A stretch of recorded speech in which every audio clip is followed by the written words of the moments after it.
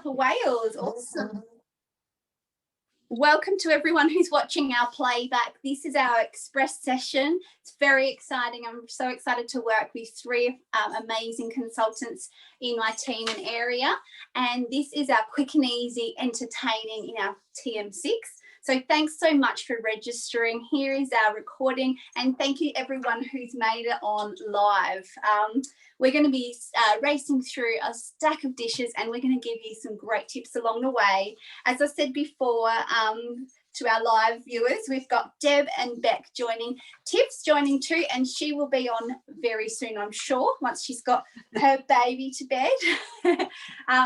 So what we're going to do, as most of you would probably know from registering, we're going to be having a look at high heat cooking in the TM6. I'd love to hear if anybody has done high heat cooking much before in your TM6, or maybe let me know if you don't have a Thermomix, and we can explain it a bit more for you. We will be then going on and doing a quick and easy teriyaki marinade with Deb. And that's going to be a great one for you to use on any proteins and things like that over the entertaining season. We will then go over to Beck in the Barossa and do some simple and fun doughs that you could take along to entertain with your friends and family this season. I'm going to be doing some dukkha, and I'm going to use Cookie Dough 3.0, and I'm going to be actually doing one of Deb's dukkha recipes that she's shared. I've grabbed it from the recipe community and put it onto my Thermomix, which is really cool. I'll show you more about that. Tiff's going to be showing us the blade cover peeler, which I'll just grab mine, which is this one. She's going to be using this on some of her beetroots. Now, I don't know if she's grown them herself or not, but she'll show us. So we'll also be seeing vegan eggless mayo. Now, this is great to take along to places where there might be egg intolerances or pregnant people. Great for the entertaining season, as Deb will tell you in more detail. We'll finish off with a margarita, and that's going to be from our new cookbook, the anniversary cookbook, and Beck's going to tell you more about that. We'll finish up seeing the beetroot salad and any of the other dishes that we hadn't quite finished showing you. We're going to zoom through. So we were going to see all of that, and any questions, please pop them in the chat box, and also feel free to stay back at the end, and we'll have a casual Q&A for anyone who has further questions. So thank you, and I've let in a few more people.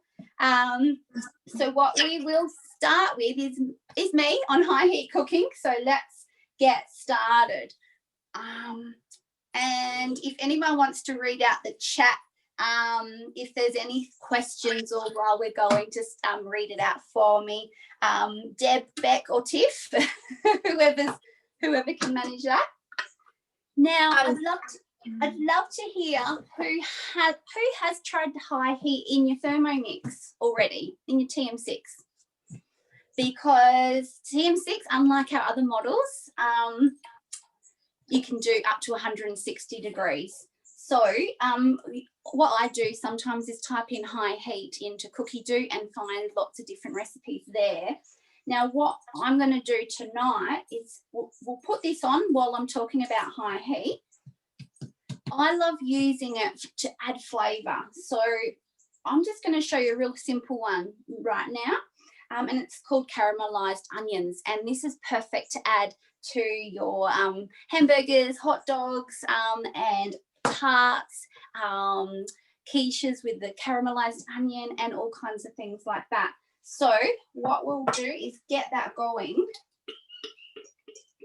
Now, unlike normal cooking with the Thermomix, where it only goes to 120 degrees, when you're using high heat, it's a little bit different. And what we do is, for our onions, I've actually got them just sliced in wedges rather than putting it in whole or in half like we normally do. You don't want to chop your onion in your Thermomix when you're doing high heat. You want to hand chop them. That's how it's going to work best for you. Now, I'm just going to turn that one on. I'll just grab my splash bar. Yeah. Jess, Just a bit of info on that. The other reason we do this is because it will sweat. A lot of water comes out when we chop our onions. So if you do want to have it chopped, you can do it at the end. Afterwards, exactly. Yep. And I have had a few people ring me up and say that, you know, that something's going wrong. So they, it's always chopping afterwards, exactly, because there's just a bit too much water. I think it's exactly right what you said. So just chopping before, and if you want it smaller, like you said, Deb, just you can chop it afterwards. And that's the same with, and that will guide you through in the recipe that way. Now that's going to cook now. I've just turned it on and it's got the high heat function, and it's just going to cook for us while we do our other dishes, and I'll show you what that looks like at the end. But I'd also love to say that I also do things like I saute zucchinis and capsicums with the high heat as well. So have a look in your cookie dough, and you can find some more there. We also do chicken. So the other day I did stir fry veggies in here, and I did saute chicken as well with the high heat, and it got really nice and brown on the outside. So have a look. You do access high heat through guided recipes. So if you'd like to know more, because this is just a super quick session, please contact your consultant and we'll go through it all step by step to show you more about the high heat. I don't know if you can hear, but it's sizzling now. So that's something we've never heard with our other models of the Thermomix. So we'll see that once it's done. I love that it's hands-free. I'm going to have perfect onions and I don't have to worry about them burning. So that's what I love. Alrighty, we're going to go across to Deb. And Deb, we're going to see the teriyaki marinade over there, which over to you. Hi all, I'm Deb and I'm going to do a teriyaki marinade, and we were discussing what would be the best marinade recipe to probably share, and the suggestion came that this is so versatile because teriyaki, kids absolutely love teriyaki flavour. You could not just use it for marinating your protein, you can add it to a dressing. You could do it vegetarian, salmon, chicken, like it's so versatile, the marinade, that it's a winner, and it's a crowd pleaser because who doesn't like anything sweet and yummy? Now, if anyone knows me, I always adapt. I'm a Mother Hubbard type cook, so I kind of look at cookie dough and go, okay, and I work with a recipe. And I sometimes have to swap out recipes for allergy reasons or because I just go with whatever's in my pantry at the time. So in this recipe, we've got, I'm just going to go through, we've got ginger, soy sauce. I'm using tamari in place because we're gluten-free. It says for brown sugar. Now, it does give a certain amount of grams. You can just switch it to your preference of sweetener for this. And you can also reduce the amount. And that's what we love about guided cooking. It's just there as a guide and we can adapt that. And then we've got sesame oil, rice vinegar, and a bit of corn flour to thicken it up. So let's get cooking. So we're adding in our ginger.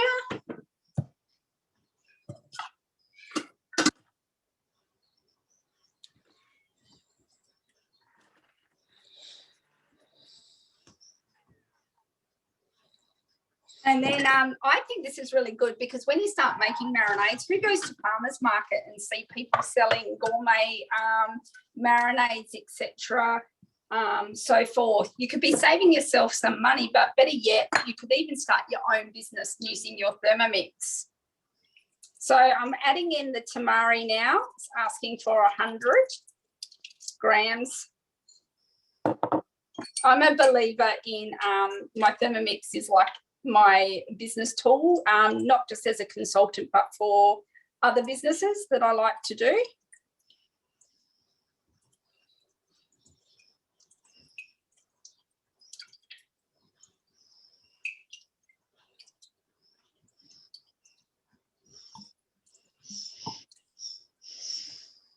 Gotta love the auto scales. If anyone's come from a TM31, always having to put on the scales, it's really lovely that it's nice and big and legible, especially for anyone like me who has to wear reading glasses all the time. So I'm putting in the water now. Now you could obviously, once you've played around with this recipe, you could kind of adapt it. If you wanted it thinner or thicker, you could change the water setting amount on there. Now it is asking for 80 grams of the brown sugar. I'm actually using rice syrup on this occasion. Unfortunately, I would probably use coconut sugar, but my bulk order hasn't arrived, and I'm personally only going to do 60. We are not big sweet fans, so less is more, I think.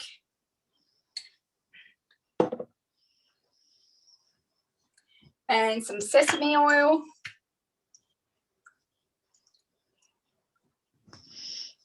That's 15 grams. And so to me, these are all pantry staples that I always keep on hand. It hasn't asked for the rice syrup. Where's here? The rice syrup, I don't know if anyone's seen this brand. It's always on Woolworths on sale for $2 or something, you know, ridiculous. So I always, when it's on sale, I grab a couple bottles because I love making teriyaki chicken for my kids. And my little puller thing has just broken, so it's going to take me some time. I might have to get a knife now.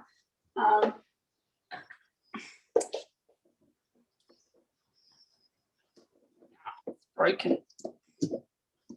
All right.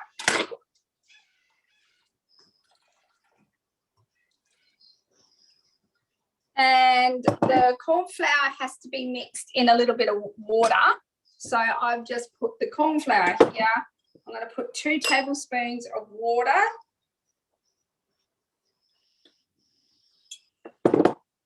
And give that a bit of a stir.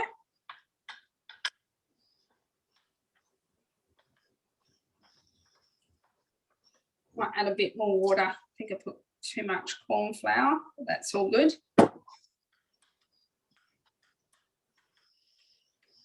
Pour that in. That's that easy. Measuring cup in, and voila, we're cooking for 10 minutes and off we go. So Jess, where are we at? Beautiful. Thanks so much for showing us that, and I can't wait to create that myself.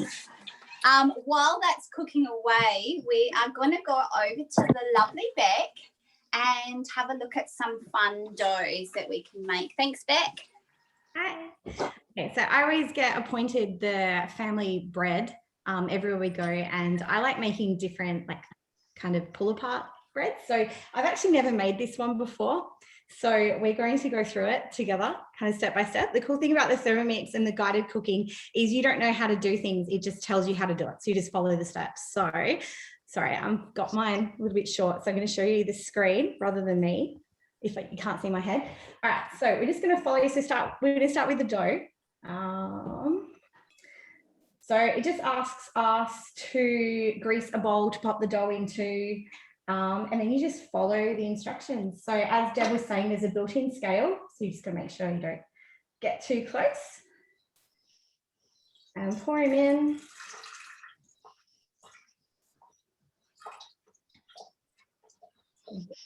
And this one measures to the gram. So it can be as accurate as you like, or, you know, if you go a little bit over, it's usually not the end of the world. Then we go next. So this one asks for sugar. So sugar is a rising agent, but I find that we don't really need it, so we don't put it in. So pop in your yeast. So then it's going to ask us to pop the lid on and then heat this. So what it's doing is it's going to heat it to that perfect temperature of 37 degrees for bread. So we pop that in. So the 37 degrees means that the dough is going to start at that optimum temperature for rising. So when we're finished with this, we need to, in normal time, put the dough aside for an hour and let it rise. Once it's risen, we get these little balls of dough. So in this case, this is half of the dough. We're going to get like a much larger ball. So I've cut this in half and I've put half on a tray, ready to go. And then what I'm using, which I'll hold up, is the Thermomat. And what's really cool about the Thermomat is it's got a little kneading guide on it, like rolling guide on it. So you can roll it out to certain sizes. So normally when we make pizza, obviously the only consideration is making sure it fits on the tray. In this case, we really want both sides of our dough to be the same size, so that the filling stays inside the two different layers that we're making for the Pizza Sun. So while that's going, I'm going to show you start rolling this out, because otherwise we'll be here a little bit longer. So pretty much to roll out your dough, let's pop him down a little bit. You just need a tiny bit of flour on the mat. The mat's non-stick, so generally things don't stick too badly to it, but if you have to pick it up and move it, obviously you want it to come away quite easily. So you pretty much pop your dough in the middle into a nice little ball right in the center. It's got a little guide in the middle. Just pop him in the center. And you just roll it out. What I love about the Thermix dough is it's always so beautiful. Like the dough that, you know, we used to buy from the store was always really sticky, you know, quite hard to work with. This is always soft and beautiful. I find it really, really easy to roll out. We've almost got it to the 24 centimeters. So we just want to make it about 30 centimeters, which is slightly larger. Okay, we have that. So we'll just pop in the rest of the stuff for this dough. I have my daughter. I just put it in and put it on. Okay, so throw in our flour and keep following the directions. So throw in some oil. Again, just weigh it straight into the bowl. Then we pop some salt. So if you have any issues with salt, so you've been told by your doctors not to have salt, you can just leave salt out if you don't like it. And then we pop it back on and we start the knead. So generally before the Thermomix, I would never make dough because the hand kneading was always a lot of work. With the Thermomix, it's already preset with the guided cooking. So you'd set the time for 2 minutes. And all you need to do is turn the dial and it's ready to go. And that's going to knead. So that'll go, I turn it off now. It'll go forwards and backwards with the blade to knead that into that beautiful dough ball. And then what you do is pop it into a bowl, something like this, or you can roll it up in the Thermomat and pop it aside for about 10 minutes to rise. So as I said, once you've got your ball of dough, you want to divide it into and then roll it out into 2 as even as possible circles. So popping down again, sorry. So normally when I'm doing this, if I want a square pizza, I can't get one. But today I've managed to make a square little pizza. So try and get it as round as you can. So you can push it out with your hands, just make sure it's a little bit bigger than that guide. Okay. And then what you do is with your original pizza dough, so we follow the recipe. There's more to this one. So basically the next step, it's going to ask you, grab your dough out, put it aside and make your filling. So I've already done that ahead of time. And what we're going to use is some mozzarella, some Parmesan, and then you grate that down together. And that does that in 10 seconds. And then you add in some sun-dried tomatoes, add in some ham, and you add in tomato paste. I didn't put the egg in, some oregano, and I didn't add sugar either, and a sprinkle of sea salt, and then some oil from the sun-dried tomatoes. And then you mix it all together and it ends up being this lovely paste that we have. So it asks you to put 1/3 of the paste into a little bowl, because what this is going to do is it's going to become a little dome, and it'll actually tell us what to do. So follow it through. We've already done this bit, rolling it out. There we go. So it gives you some photo instructions on what you need to do. It's a bit hard to see through there, but we've got a little dome in the middle, which I'm going to do here, which it actually worked. So try and pop that right in the middle.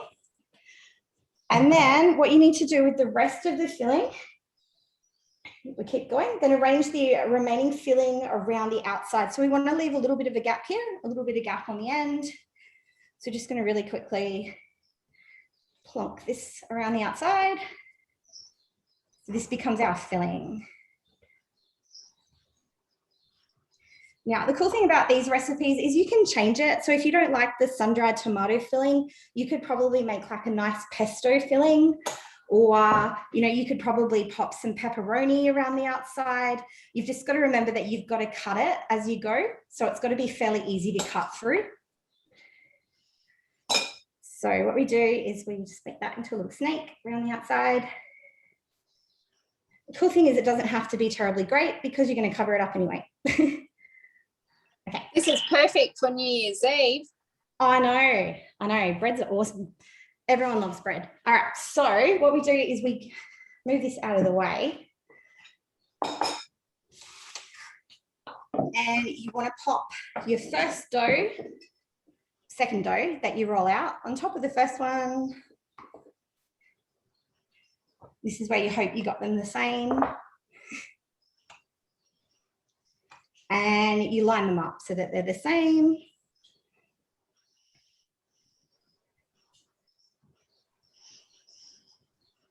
We've done one similar to this, but we've never done this before. We've done this with more of a sweet filling. So we made more of a brioche dough, and then we used a hazelnut filling.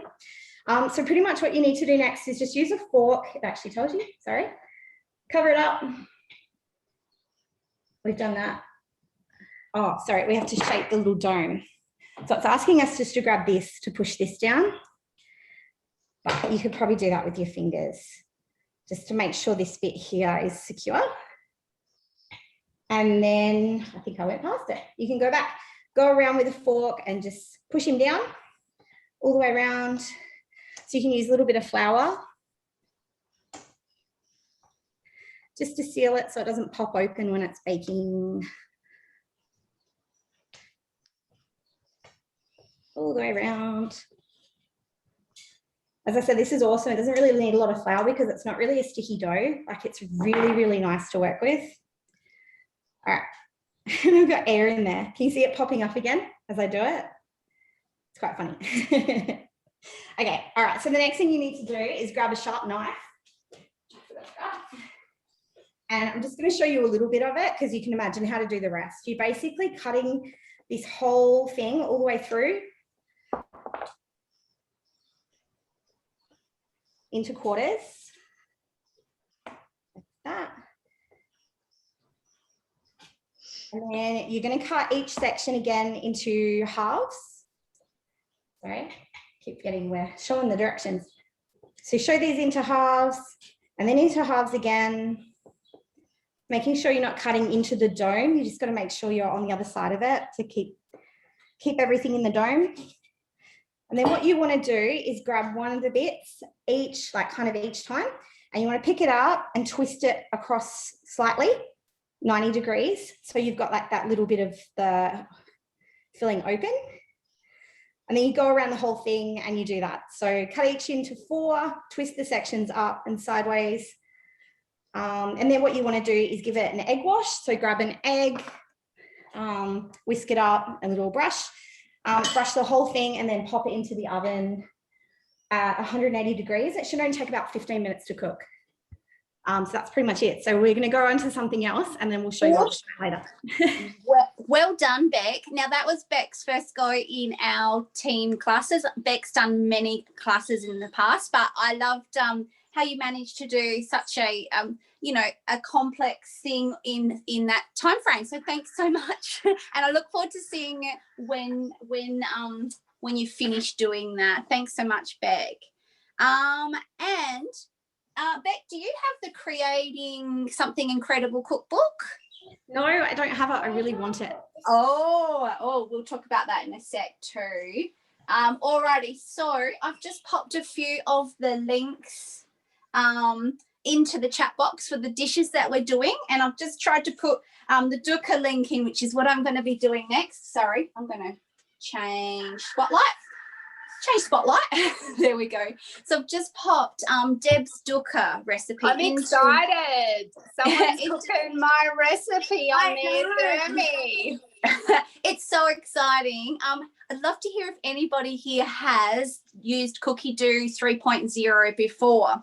And if you have imported recipes from the recipe community or created your own, I'd love to hear in the chat because that's what I've done. So Deb has created a dukkha recipe or dukkha, however you would like to pronounce it.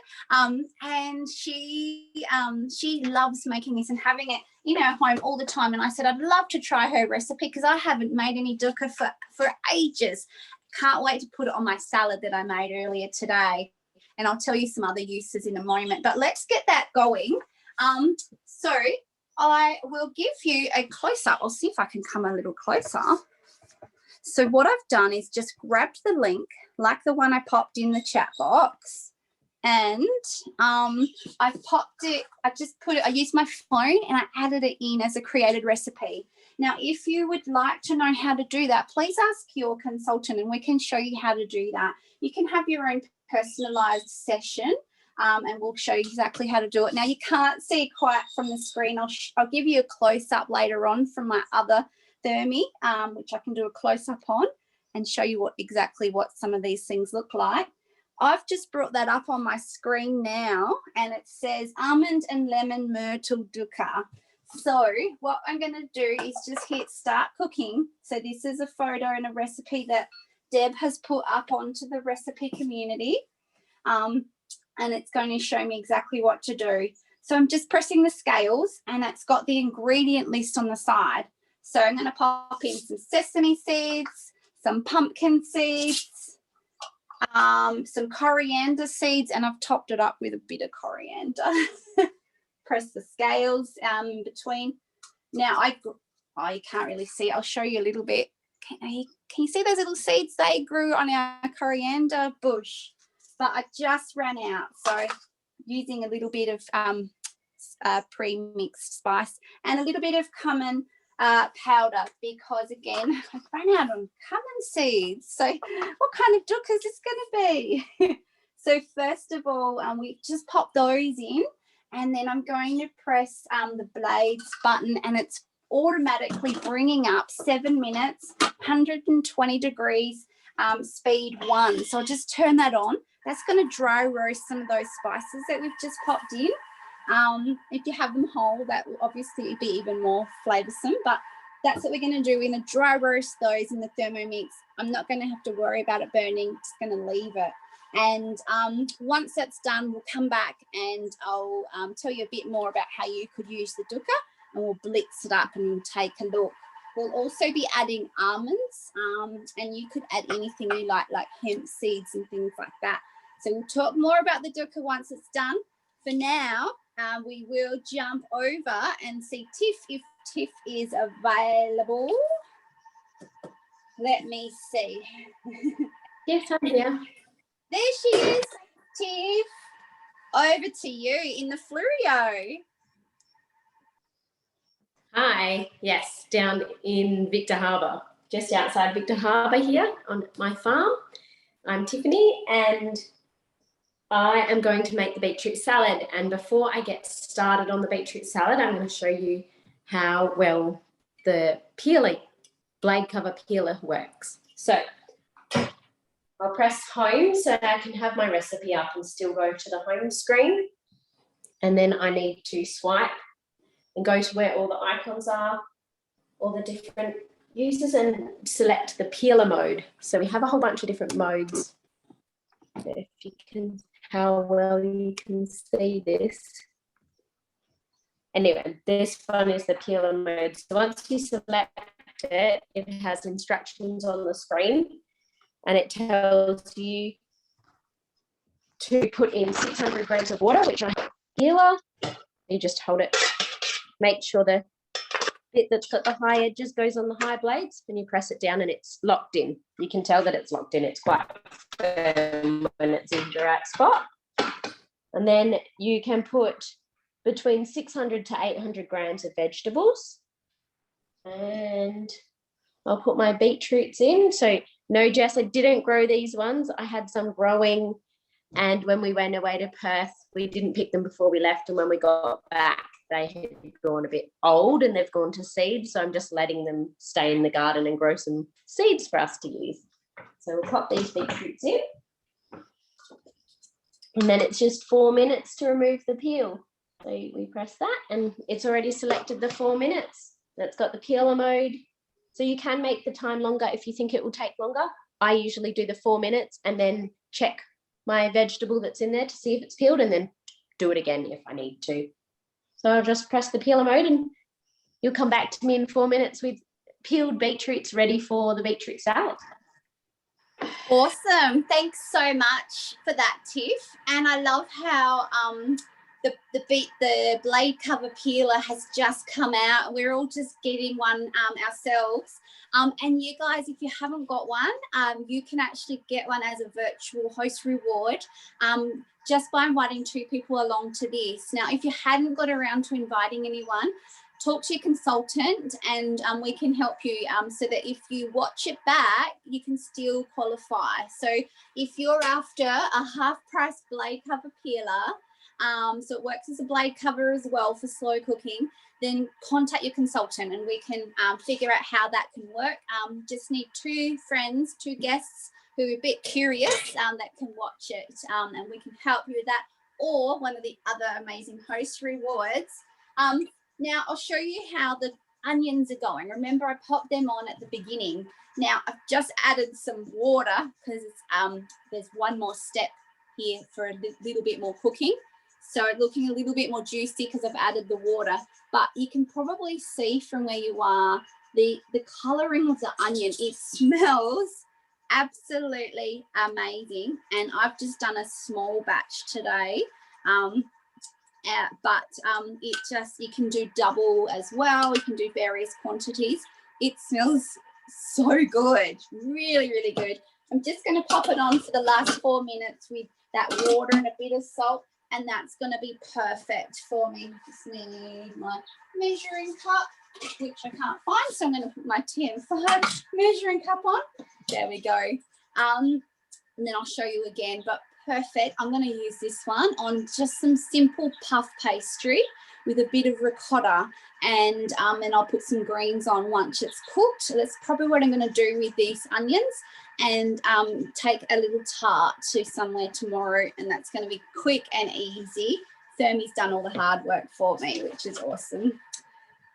Let's quickly jump over to Deb. Deb's going to show us the vegan mayo. Are you ready for us, Deb? I'm ready for you, but before I do, oh, it's so hot. I'm going to just have to get a tea towel. Is that your marinade? Yeah, my marinade. I'm good. Sorry, because it is so hot. Like, look how much marinade that made. And wow.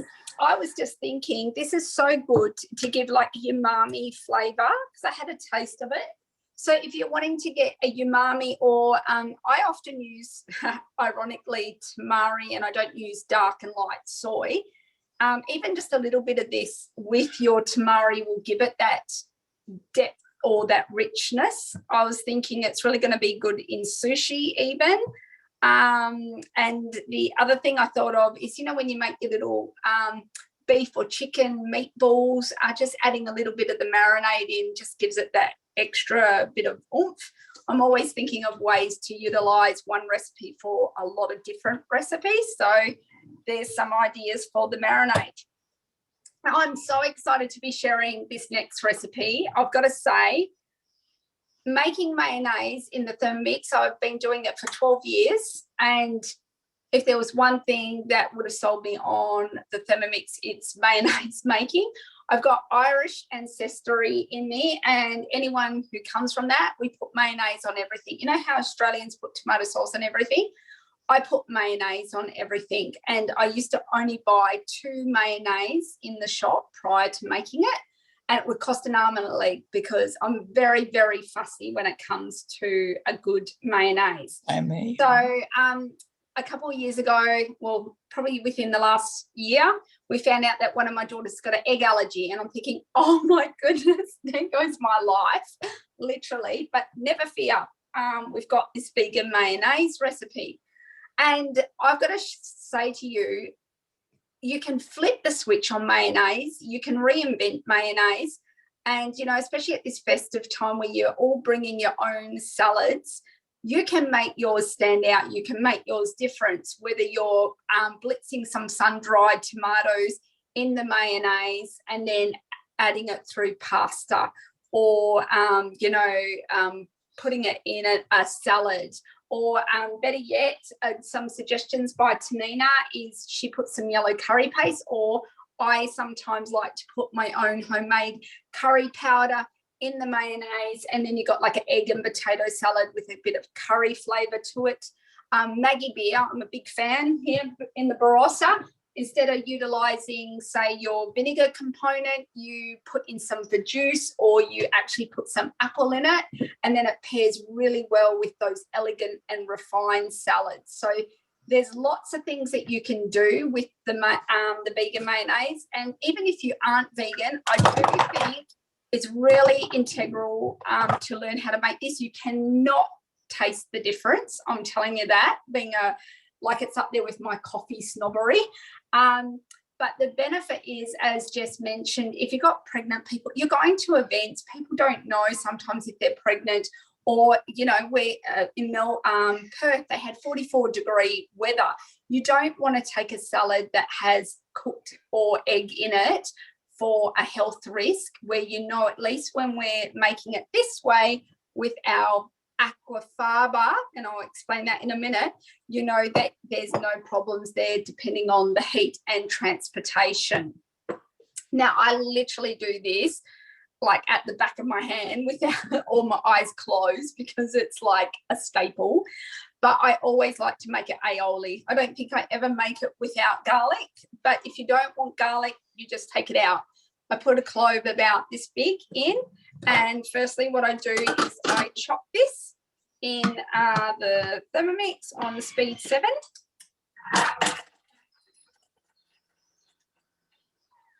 Just until you hear that it's actually chopped. And then I don't even bother putting down the sides. What I now do is I weigh out my aquafaba, and I just treat this as if it's a whole egg. So I put about 40 grams of this.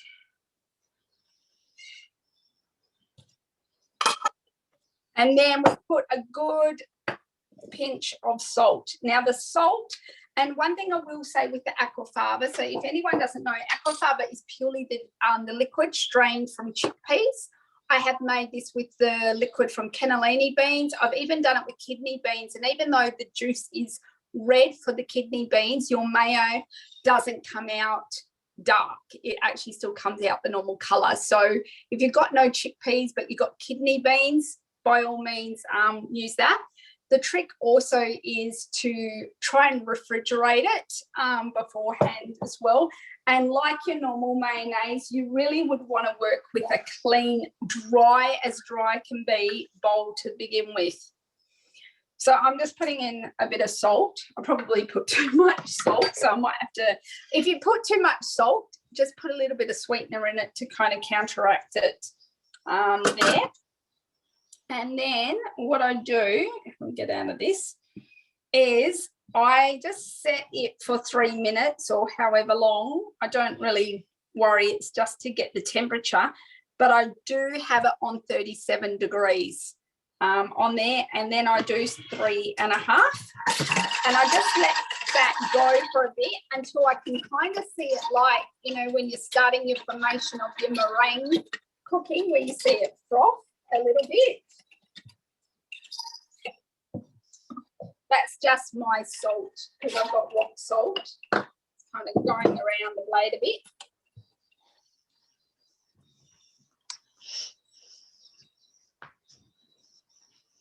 Yeah, so don't be too keen to straight away start adding your oil to emulsify it. I do like to see the sides and see how it's frothing first, because that's a good indication that it's going to actually incorporate properly. especially if you haven't been really strict in cleaning your bowl beforehand. Okay, so that's all good. And do you know what I forgot to do? I forgot to tell you, after you chop the garlic, put in your butterfly. So I'll just do that. That will give it a proper froth. And then it's really important when you're doing your mayonnaise. Now, I don't actually ever weigh out my oil. I literally use my hand. It's like I go, right, I want this much oil. So I'll put my hand there as my measurement. So it will save me having to use another dish. And then I just slowly add. And it's got to be really slow.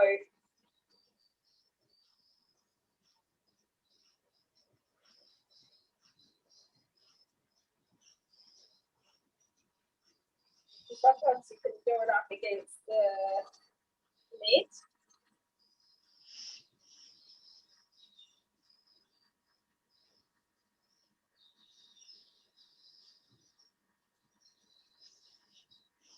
I was just going to ask the same question, Jenny. What oil are you using, Deb? I like olive oil, and it doesn't give it the bitter, but you've got to go.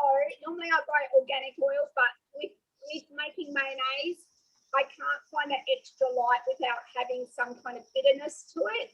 So you've got to go for the light taste olive oil, or the extra light.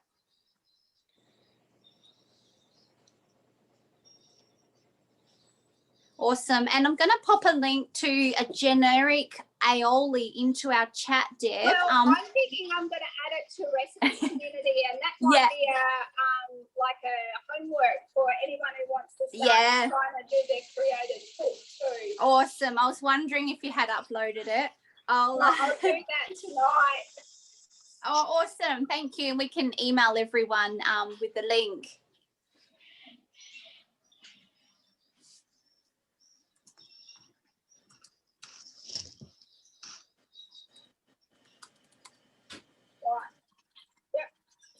I'm just going to show you that for now. Now, the other thing that I made for Christmas Day is I had some beautiful prawns that I had done in the Baroma. They were perfect, not overcooked. They were beautiful. And I used a recipe on Cookie Dough. However, I actually used my vegan mayonnaise as the basis. Then I added my Tabasco, my tomato, my Worcestershire and paprika and garlic, and I made my cocktail sauce using this vegan mayonnaise recipe as the component. Now you can kind of see that there, but now this is where I add the other components. So I add a heaped teaspoon of mustard. I've got organic here. My preference, I can't get here any longer in Barossa, so I've got to wait until I go downtown. But I do prefer the Tommy mustard. But if I can't get the Tommy mustard, I definitely go for an organic one. I put a splash. This is where you could either use the Verjuice if you want a lighter style. I'm a bit of a punchy girl, so I'll go for the white balsamic over a vinegar or apple. You can use apple cider vinegar if you're wanting to. And you just put in a little splash, and then what you do is you put in a little bit of like my kids like a little bit of sweetener to it. I might put like literally a drop of maple, like I mean a drop. It doesn't have to. So especially if they like sushi, that's where the sweetness comes in for the Japanese style mayonnaise. Oh, someone's just turned on a tap.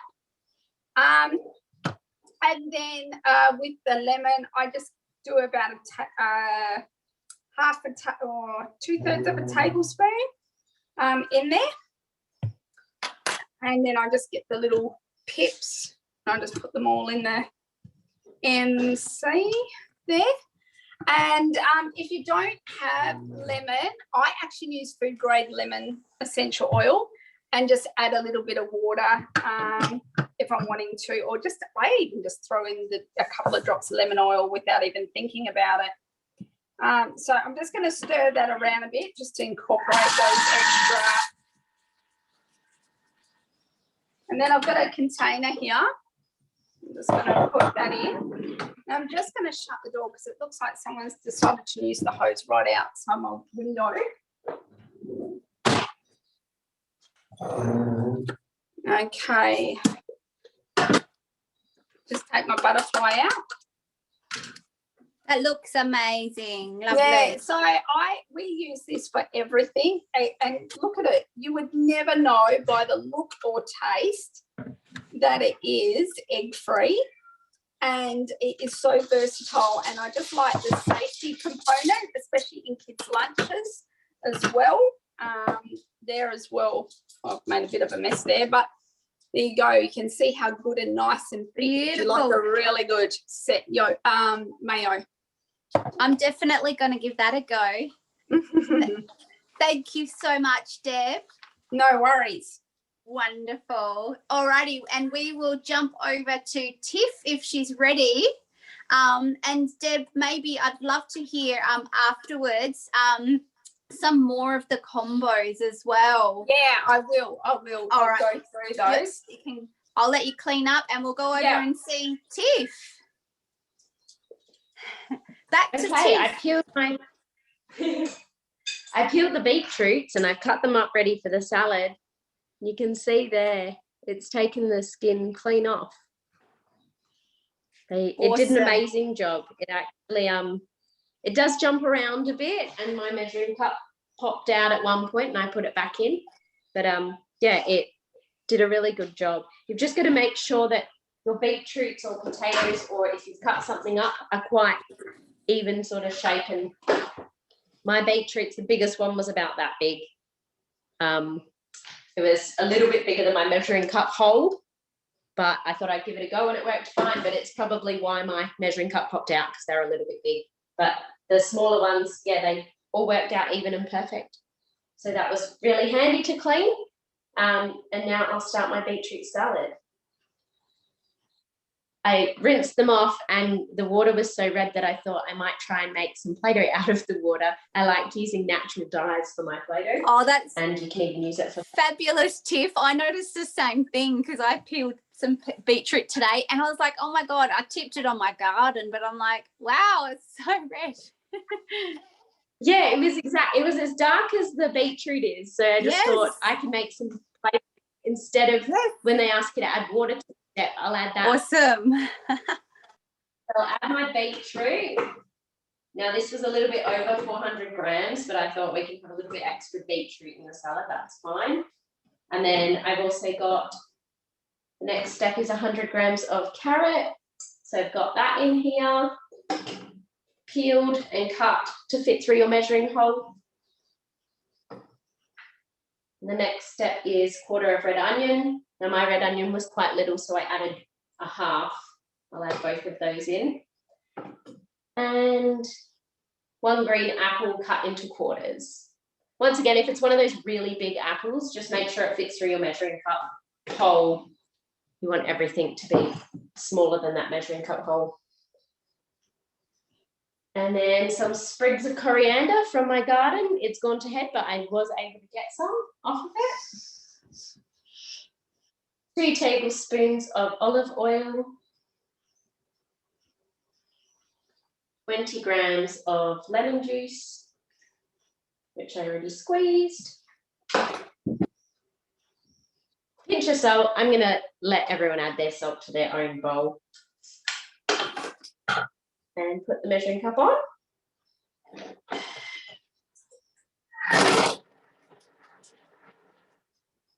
2 seconds, speed 5, and we're done. So we scrape it down and then we go again, just to make sure it's all even. You can see there it's got some big chunks in it still.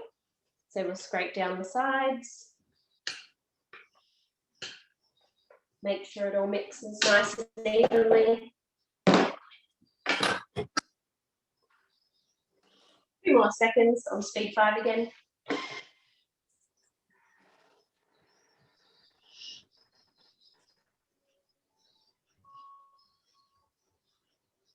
I've used the beetroot leaves because they were so lovely that came off the beetroot. So I filled my bowl with the beetroot leaves. And then now I'm just going to top it. with my salad. You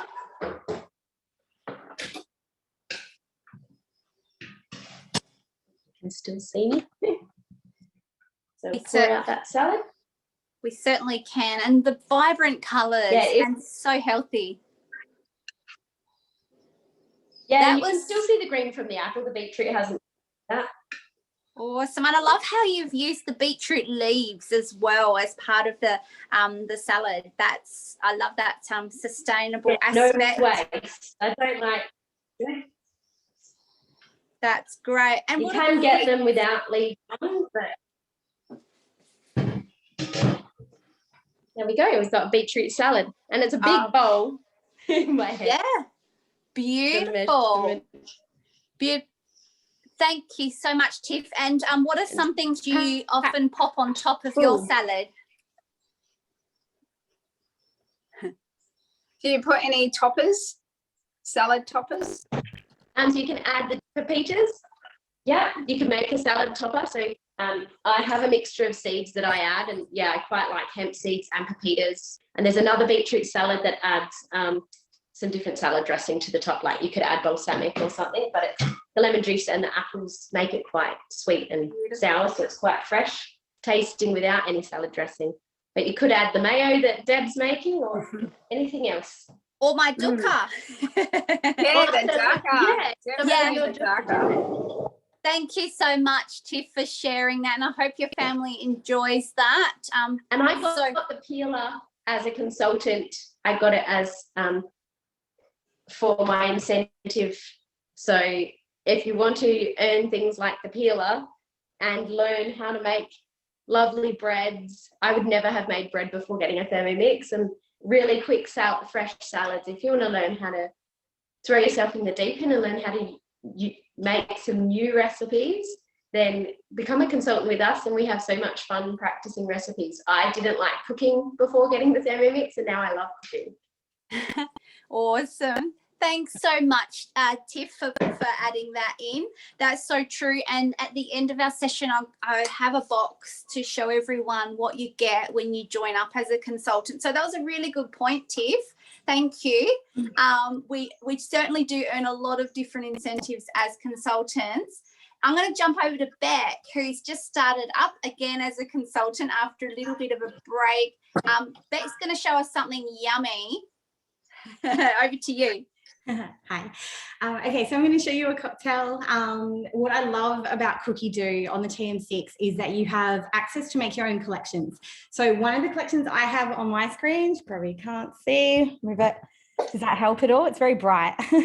Is you can make your own collection. So I've made one called Drinks, and it's basically all frozen cocktails and different cocktails you can make in the Thermomix. There are plenty of mocktails too, if alcohol's not your thing. You know, like all the other recipes, you can just swap in and change. So if you don't drink alcohol, add something else in instead, like a fruit juice. So we're going to make the Bianca Mazur's watermelon and orange margarita. So we click on it. As I was saying before, these two recipes that I chose today are from the new cookbook, which I wrote down. What's it called? The whole name. I always get it wrong. So it is Thermomix Creating Something Incredible, and it's the 20th anniversary of Thermomix in Australia, just Australia. And this is a recipe of like different things from Australia, showcasing the Thermomix. And the awesome thing is I don't have the book, but you get access to it in the collection on Cookie Do. So I can still use the recipes without having the lovely book, which I'll get later. So pretty much what we're going to do, I've already done this step. We need to freeze some watermelon. So you need to do this either the morning of or the night before and give it at least 6 hours to freeze. I've already done that. And the next thing we're going to do is make some orange sugar. So you can leave the lid on for this one if you've already got it on, and just pour your sugar into the bowl. And then it wants us to put in some orange zest. So I've already peeled the outside of the orange, making sure to try not to get any of the white pith, which makes it really bitter. What I tend to do for this one is really quickly drop it through the top while it's starting, because otherwise it pushes it up and it grates it. But I find that it does a slightly better job if you drop it in. So I get my cup ready because it's going to throw sugar everywhere. And when it's ready to go, I turn it up really quickly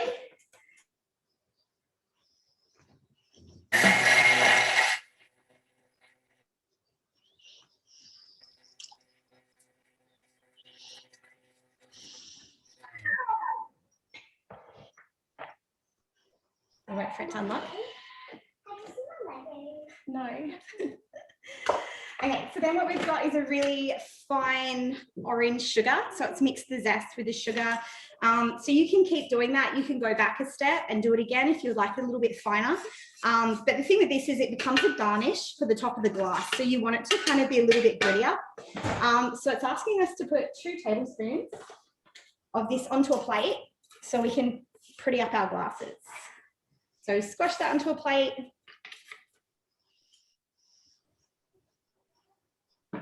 There we go. So we put our orange sugar on a plate in front of me. You probably can't see the plate, sorry. There you go. Orange sugar on a plate. And it's saying put the extra tablespoon of tequila into a small shallow bowl. So I've poured some tequila into a little bowl.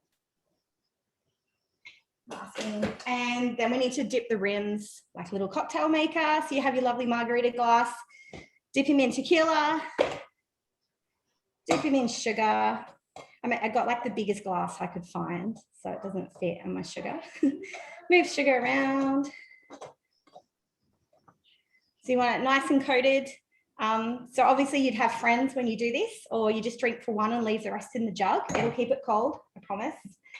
Okay, so it hasn't asked me to tip the sugar out. So I'm just gonna do that. It's assuming that we're gonna, not sure if that one, actually, I think it stays in there. If it hasn't asked you to tip it out, just leave it in there. I'd say it probably needs a little bit of sweetness. So we're going to go with 120 grams of tequila. Just pop him in. So with the alcohol, you can basically measure with your soul, unless someone's driving, and then you should probably measure correctly. So put a little bit more in. You can add Cointreau and things like that as well to make it more orangey. You also add in just the flesh of the lime. So that's been peeled, like quartered and then peeled. Just some flesh. And then our frozen watermelon, we just tip it straight in. So this is started to defrost a little bit. Normally you just go straight from the freezer straight in because you want like a nice firm cocktail. Okay, so what we do with this might be a little bit loud. So when we turn it on, what we can do with the spatula is it's got a little guide so that we can pop the spatula in and help it turn. Because it's normally frozen solid, it might have a little bit trouble turning it around in the bowl. So we can give it a little bit of help. So we leave the lid off.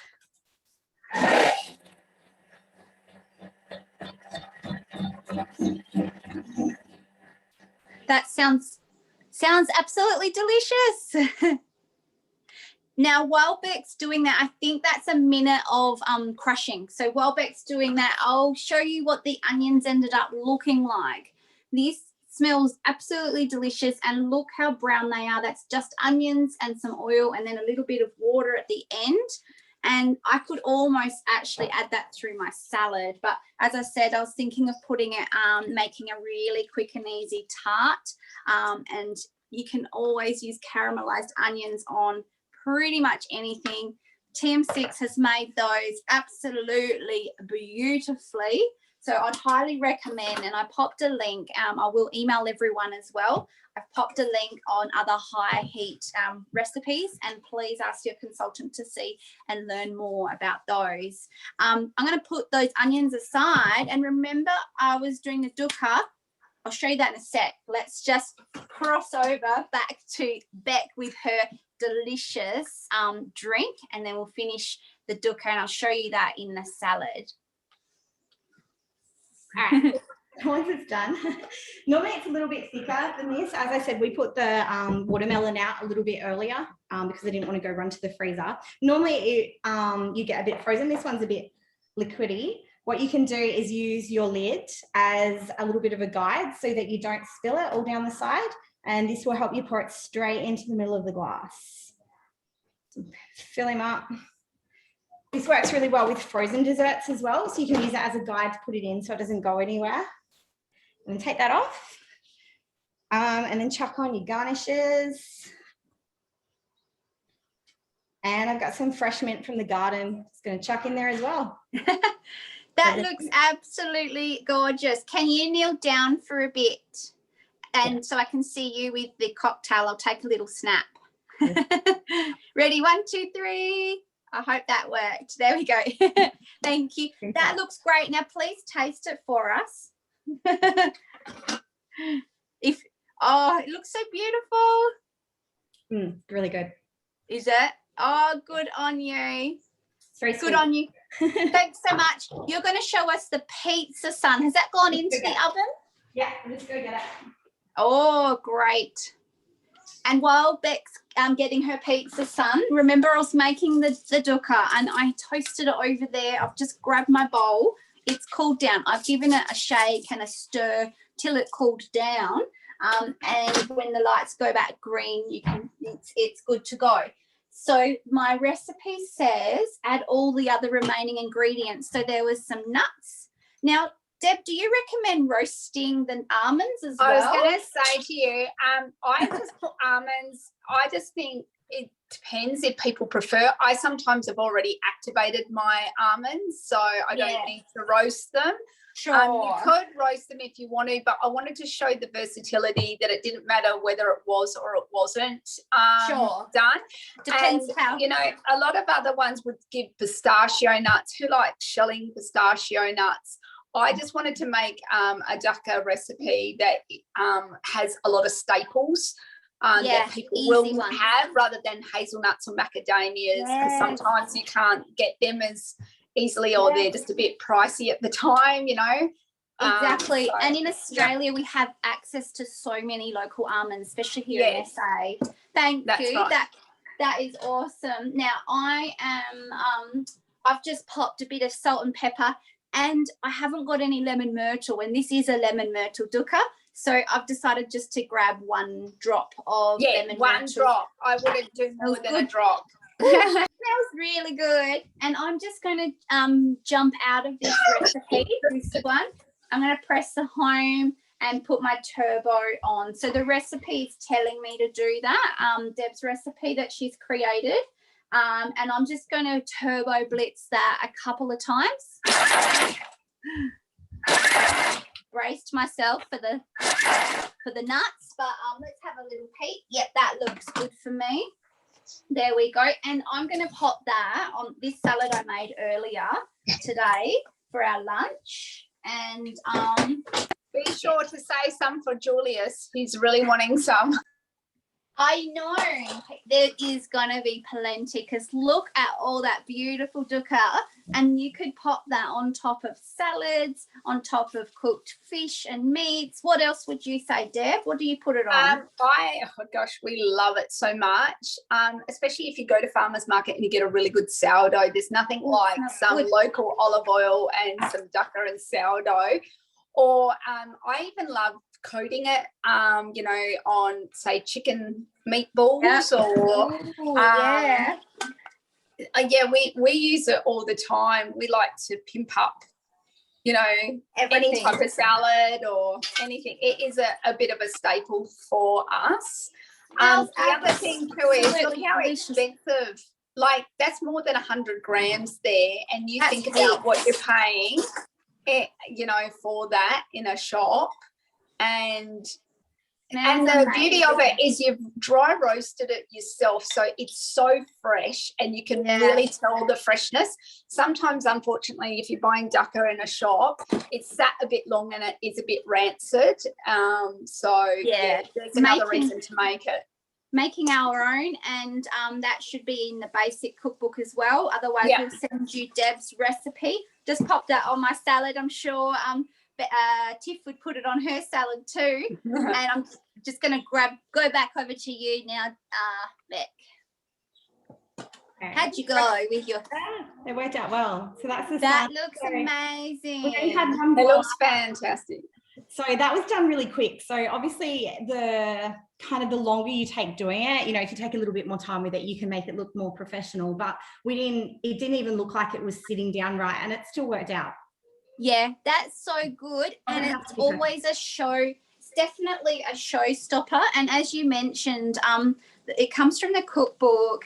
Thank you so much for sharing us how to do that with us, Beck, and that beautiful drink. I'm so inspired. So those two things came from this cookbook. It's a hardcover 20th anniversary book for this year, 2021. It's a beautiful story. So if you have been with us with Thermomix for a while, you want to grab this book. Or if you're wanting to upgrade, it's actually free at the moment with the TM6. So you get one of these, and if you want a carry bag, you can get a book and a carry bag for just $29. Otherwise, the book comes free with the Thermomix as our special 20th anniversary gift at the moment. So that's a great way to get that beautiful, beautiful cookbook. Thank you so much, everyone, for joining. We have gone a little bit over. We were very ambitious and we wanted to show you so much and how Thermomix could help you to make some quick and easy staples that could really help with the entertaining season this year. And the other simple thing for the dukkha, of course, is your beautiful bread. Actually, Deb might have mentioned that. I remember hearing her say sourdough, dipping the bread in with the olive oil, local olive oil, and then your dukkha. That's obviously the normal use of your dukkha as well. Thank you to everyone for joining and for the lovely consultants, Deb and Beck in my team, Flying Flamingos. And Tiff has just branched out last month, creating her own team down in the Flurio, and she is welcome and ready for new team members. So if you would like to join, Tiff would definitely like to see you. And I'm just trying to find Tiff, but I can't find her. She's gone off. I She's think gone. she might have had a little one. Yeah, little one might have woken up. But thank you, Tiff. And I hope everyone has a beautiful New Year's as we prepare for that in the next couple of days. I hope you will have a good one. Jess? Yes?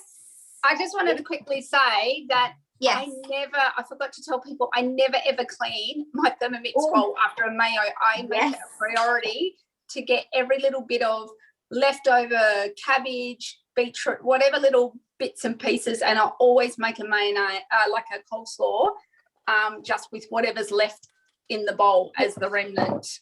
So I'm not wasting any of that mayonnaise. That's working smarter, not harder, isn't it? Yeah.